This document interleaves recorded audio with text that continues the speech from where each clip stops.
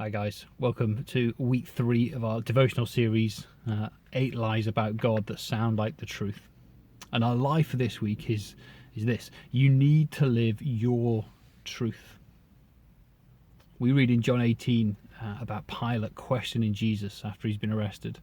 And Pilate asked Jesus the question, what is truth?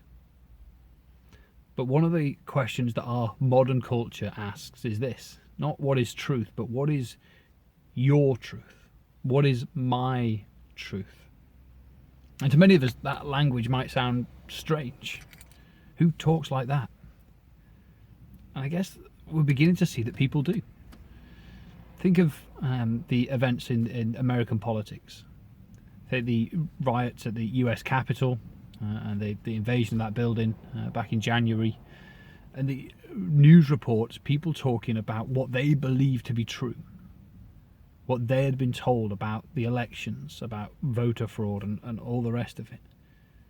Despite evidence, people were convinced this is my truth, this is our truth. Or think about the way that people talk now about identity. Who am I?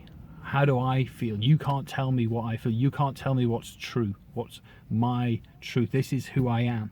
You don't know me. That sort of language has come into common use.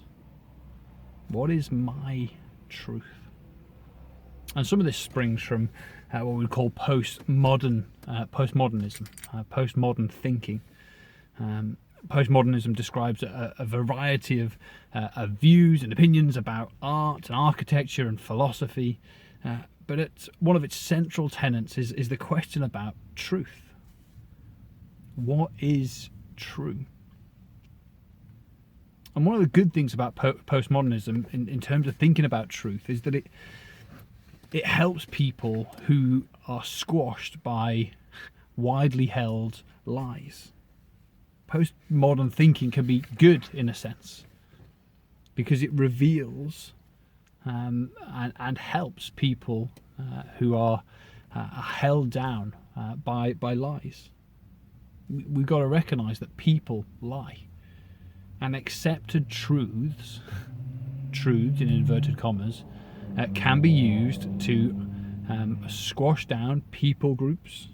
They can be used to cause hurt or cause people to be subjected to conditions that are bad for them.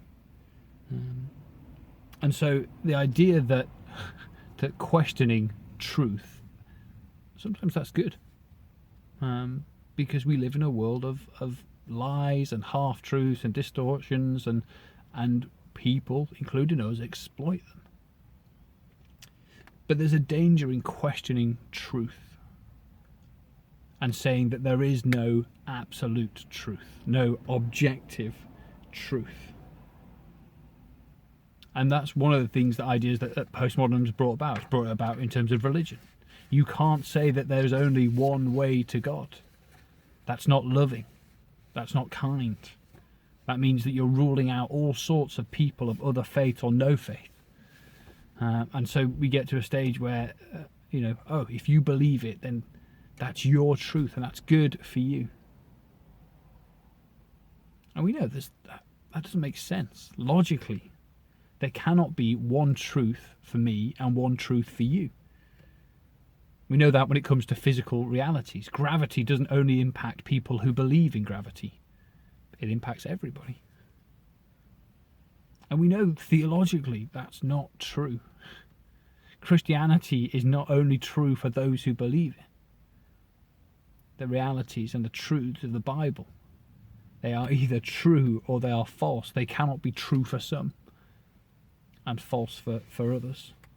Either Jesus, when he says in John 14, he's either telling the truth or he's lying. He can't be partially right or true for some people when he says, I am the way, the truth and the life. No one comes to the Father except through me. And if we allow a situation where we buy into this your truth, what's true for you idea, what we're doing is creating a situation where there'll be, at best, division between us and distrust, separation that will come in, and at worst we provide a sort of feeding ground for hatred, because we will look at other people and just go, what you believe to be true, what you live by, is so utterly false, but I'm not allowed to argue against it because it's your truth, even if it's hurting or damaging me or other people. As we're in John's Gospel, John and Jesus in John has a lot to say about truth. And one of the things that Jesus does, as well as pointing to himself as the truth, and we've just thought about John 14 there, Jesus also tells us that the truth will set us free. John chapter 8, let me read verse 31. To the Jews who had believed him, Jesus said, if you hold to my teaching, you are really my disciples. Then you will know the truth, and the truth will set you free. Jesus says, I am the truth, and my teaching is the truth.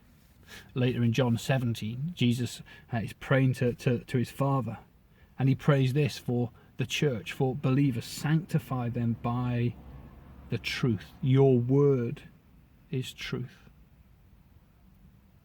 And as believers, as followers of Jesus, we need to hear Jesus say to us, you need the truth, the objective truth, and that truth is found in me and in my word.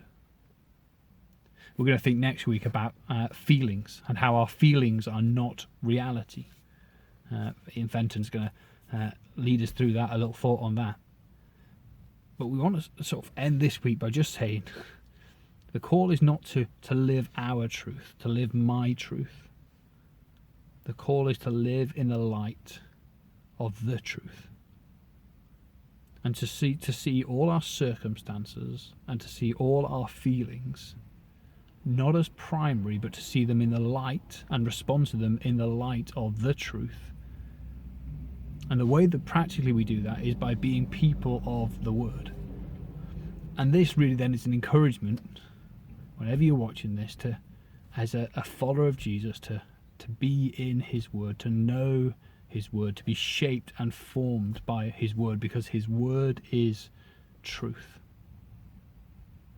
Don't live your truth, but live in Christ the truth, and listen to his word.